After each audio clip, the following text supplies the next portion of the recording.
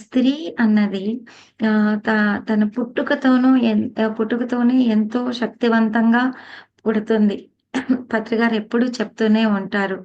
So, తన దగ్గర ఎన్నో మంచి గుణాలుంటాయి.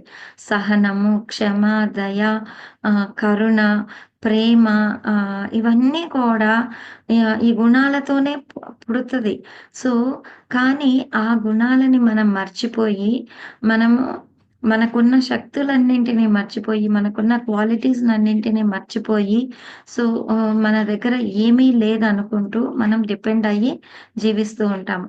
కానీ ఎప్పుడైతే ధ్యానం చేస్తామో మనలో ఉన్న ఆ ప్రేమతత్వం పొంగి వస్తుంది. మనలో ఉన్న ఆహ్, క్షమాగుణం అన్నది ఎన్నో రెట్లు పెరుగుతుంది. సో, ఎదుటి వాళ్ళు ఏమి చేసినా క్షమించే గుణం, మరి వెంటనే మరచిపోయే ఒక గుణం